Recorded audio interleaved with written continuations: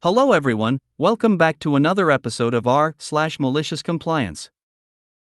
In today's episode, if you find that job, take it. Goodbye. Okay, I will, and take the department with me. If you don't like it, there are plenty of other teams that work remote. Customer didn't want to spend dollar on oil.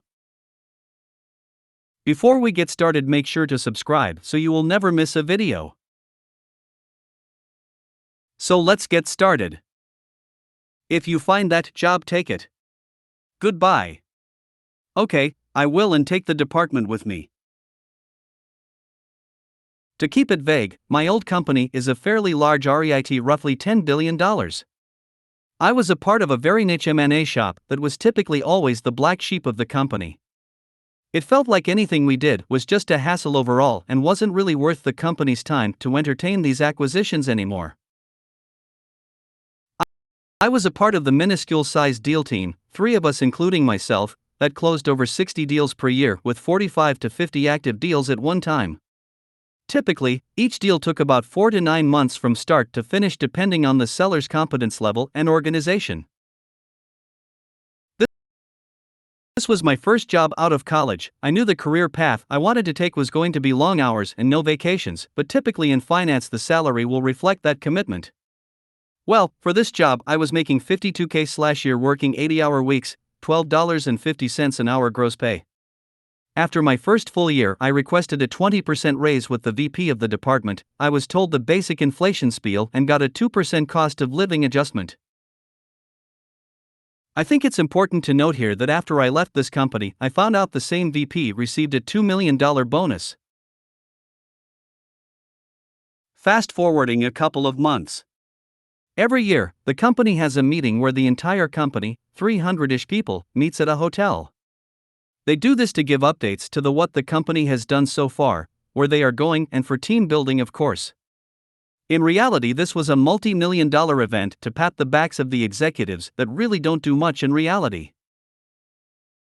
A part of this event, anyone in the company is allowed to send in anonymized questions to the CEO, and he will read/respond to it if he thinks it's something worth talking about.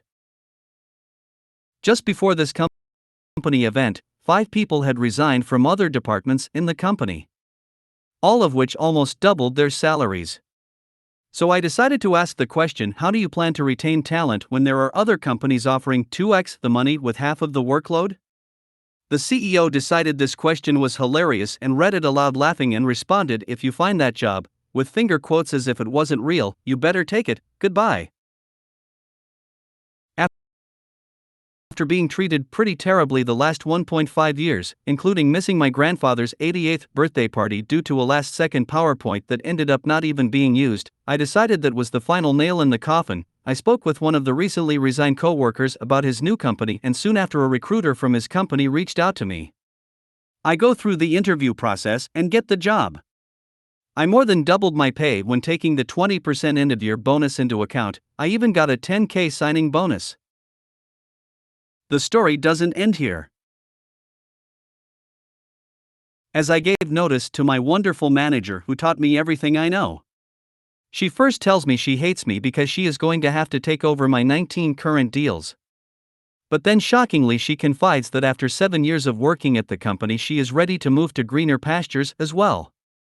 I decided to call the recruiter that reached out to me originally and ask if there are any other positions open at my new company. She says yes, they interview her and she gets the job as well a month later. 2 down, 1 to go. The final co-worker standing was not hard to convince, as he saw 52 deals suddenly pile onto his desk while he was already underwater doing the same 80-hour weeks as I did. I worked with him to spruce up his resume and get the wheels turning. After 2 interviews, he was given a verbal job offer with an in-writing letter expected next week. All said and done, all 3 of us ended up doubling our old salaries.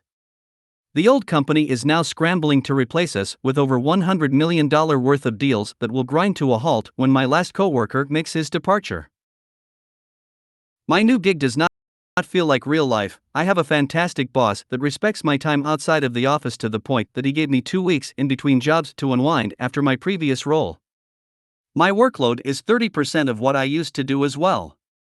My old manager got the same 2-week treatment and is currently enjoying her time off and will start in the middle of October. If I was only given that 20% raise. If you don't like it, there are plenty of other teams that work remote. Alright, I'm not posting this one on main, because stupidly I've used that username way too many places. So, this story is, as the majority of these are, the direct result of Manglement having no idea how their employees work. Background. At the time I worked on an on-site desktop support team of about 13 people. These are your IT guys that typically wander around your workplace and go fix your computer in person. I had done this job for about a year before the pandemic hits. The Rona hits and of course, 95% of my job's workforce is either moved to entirely remote work or a hybrid schedule. Now, what does that mean for a primarily on-site second-tier IT support team? Well, for one, it means that a lot of our workload shifted to being remote work. Secondly, it means that if something did need on-hand support, we'd need to schedule that user to come into the office. And thirdly, it means that a lot of larger projects come to a grinding halt. Now, transitioning a workforce of thousands to remote work on a dime was, for all intents and purposes, a nightmare. We had to distribute thousands of laptops amidst multiple supply chain breakdowns and teach a pretty aged workforce how to use VPNs. Needless to say, we absolutely rocked it despite all the hurdles. We spent a year plus of the pandemic managing hybrid schedules. Basically, for that entire time period, each one of us was on site at least 2 full days a week, and then coming in for an hour or two at a time for appointments with users, if they didn't fit into our normal days. This worked out for everyone. Almost none of our users were ever regularly on site. We always had 2 to 3 people in the office at any given time for emergencies, and we smashed through ticket queues. Our team was heaped with praise on all sides. But this wouldn't be a malicious compliance story if that was the case, now would it? Malicious compliance. So, after having rocked support IT during a pandemic and receiving praise from every department, Manglement remembers a project that we've been putting off: lifecycle replacement, LCR. Lifecycle replacement is the fancy IT term for replacing computers when they get too old. We were supposed to start a massive LCR right before the pandemic, but due to some rather ridiculous moves on the part of Manglement, they dissolved the lifecycle team into desktop IT. It got delayed. Now they are in full panic mode and demanding massive quotas of LCRs are completed each week despite 2 mitigating factors. We are not receiving enough computers in the first place to meet those quotas. It's hard to force masses of employees who've had a taste of work-life balance to come into the office to replace a whole computer with their whole working lives on them. So, quotas are not being met, and management is beginning to sweat because their bosses are wondering why this thing that was supposed to be finished a year ago is barely even starting. Manglement decides that clearly desktop is to blame, and thus send out an edict that we are all to be on site 8 hours a day 5 days a week or else. Now, unfortunately, our whole team had gotten used to not having to pay for parking downtown every day, and we had realized that if the whole rest of the workforce is still working remotely, that us being in an empty building every day was completely pointless. We voiced our concern to our supervisor, who, being the dutiful mouthpiece of our mangler, immediately set up a meeting with the whole team and themselves. The meeting went a little like this. Coworker, so, we're a little confused about this edict you've sent out, that we have to be on site a full day every day. You guys have been praising our hard work throughout the pandemic, and I think we've shown that we can responsibly manage hybrid schedules. Mangler, with people moving back into offices, we've determined there's a greater need to have your team on site, and with the ticket backlog we need to make sure the manpower is there to support the staff. Coworker, but the backlog is due to us not having the equipment to distribute to the employees, as well as the majority of employees still working off-site. There's nobody around for us to regularly support. Mangler, well, unfortunately, these positions were always meant to be an on-site position. Me, so, will you and supervisor be on site all week as our main line of support? Mangler, our job positions don't necessitate us to be on site, so we'll be coming in as needed. Me, to address your point about ticket counts, I wanted to point out that I pulled completed tickets for April pre-pandemic and April during the pandemic, and we actually completed more tickets working a hybrid schedule.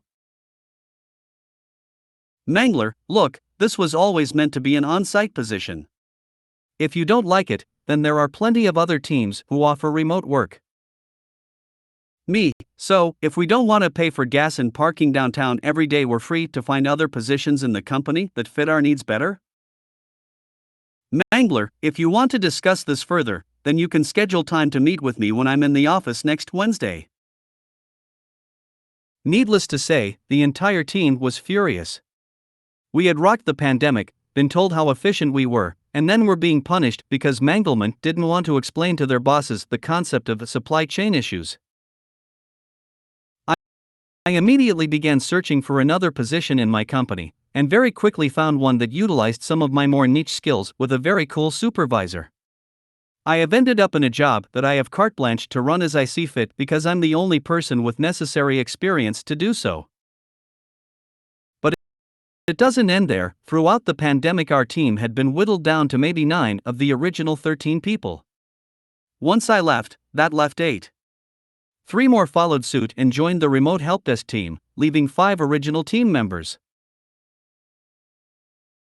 Fallout Manglement decided at that time, since the primary focus was LCRs, that they could just hire a bunch of low-paid interns to fill in the empty spots. Now, the second whammy to this whole shebang is that recently our union had a new contract coming up, and Manglement apparently didn't take much time to read the new contract. Because the contract forbids using interns to do the work of full-position union members. So now desktop team consists of 5 original full IT employees, and 5 interns who are only allowed to image computers. Their ticket queue still has tickets from June. Customer didn't want to spend $1 on oil. This happened about 15 plus years ago. My father owned a successful auto body, and we always had tons of customers. He made every customer feel appreciated and always did extra stuff that he might have seen out of place, etc. We had one guy who brought his car to us, early 90s Buick if I remember. We had done something small on it and it was like a single day job or so. Our shop manager at the time noticed his engine was making a slight knocking noise and checked the oil. It ended up needing 2 quarts to show up on the dipstick.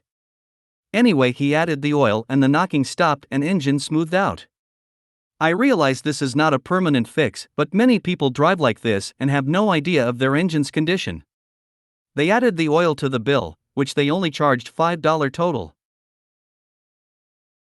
The guy was furious about the extra money, and even after we explained to him that his engine was knocking, he demanded we take it off the bill and remove the oil.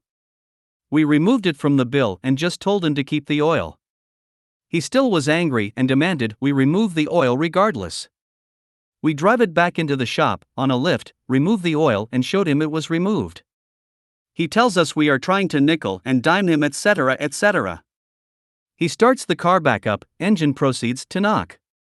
He pulls out the driveway and gives it more gas than it needs, gets half a mile down the road and the engine lets go. If you made it to the end of the video, thanks for watching.